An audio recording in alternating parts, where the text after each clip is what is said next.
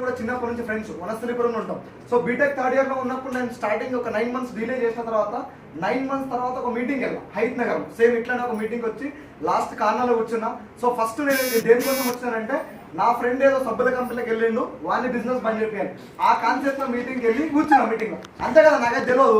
నేను మొత్తం నరికిన అయిపోయింది, మొత్తం నాకే తెలిసిన ఓవర్ కాన్ఫిడెన్స్ నేను బ్యాక్ సైడ్ కూర్చున్నా. కాకపోతే 9 months తర్వాత 1 hour మీటింగ్ వచ్చినా కదా, ఆ మీటింగ్ వచ్చిన తర్వాత ఈ బిజినెస్ మొత్తం మోడల్ విన్న తర్వాత పిక్చర్ అయిపోయినాడు. అంటే ఈ బిజినెస్ గురించి నాకు ఏం తెలియకుండా నేను చాలా ఎక్కువ మాట్లాడినా, నా ఫ్రెండ్ని మొత్తం అండర్ ఎస్టిమేట్ చేసిన చెప్పి చాలా బాధపడ్డా.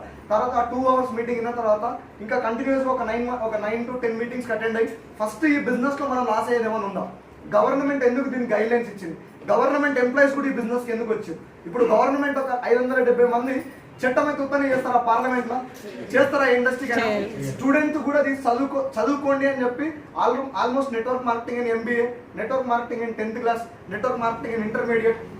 సో బుక్స్ లో కూడా ప్రొవైడ్ చేసి దీని మీద PhD కూడా కంప్లీట్ చేశారు. అసలు ఎందుకు ఈ బిజినెస్ ని గవర్నమెంట్ చేయాల్సి వచ్చింది. సో అట్లా కొన్ని మీటింగ్స్ అటెండ్ అయ్యి నాకున్న డౌట్స్ అన్ని క్లారిఫై చేసుకొని ఒక 1 year పార్ట్ టైం చేసిన.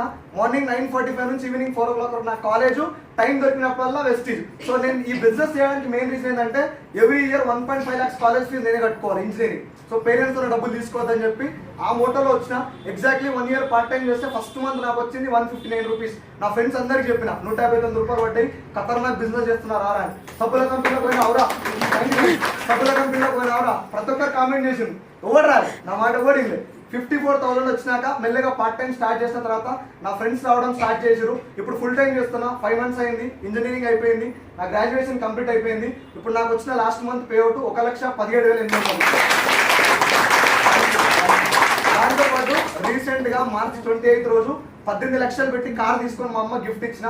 నెక్స్ట్ December కల్లా 6 lakhs తీసుకోవాలని చెప్పి ప్లాన్ చేస్తున్నా. సో ఇక్కడ ఎవరైతే కొత్త వాళ్ళు వచ్చిరో మీటింగ్ వినడానికి ఇవ్వాలి, ఫస్ట్ టైమ్స్, హౌస్ వైఫ్స్, స్టడీ లేదు అందరికి. సో ఈ బిజినెస్ గురించి తెలుసుకోండి, మేడం క్లారిటీ ఇస్తారు. ఇప్పుడున్న ఈ జనరేషన్లో ఇన్ కేస్ నేను బయట వెళ్ళి ఏదైనా జాబ్ చేద్దామంటే 30-40,000 కన్నా ఎక్కువ వచ్చే ఛాన్స్ లేదు. అదంతా మీ అందరికి తెలుసు. మీ అందరికి కొత్త వాళ్ళకి వచ్చిన డౌట్స్ ఏంటంటే ఈ కంపెనీ ఉంటుందో పోతుందో, ఇలాంటివి వచ్చినాయి పోతాయి, మీ అందరికి ఆ డౌట్ ఉంటాయి. కానీ నెట్వర్క్ మార్కెటింగ్కి, డైరెక్ట్ సెల్లింగ్కి 2060 వరకు డోకా లేదు. చాలా ఖతర్నాక్ బిజినెస్ ఇది. కూర్చోండి, ఇంత దూరం వచ్చారు కదా, సండే రోజు అన్ని ముక్కలకి ఇక్కడ వదిలిపేసి తెలుసుకోండి. రెడీయా? తెలుసుకుందామా? Thank you so much.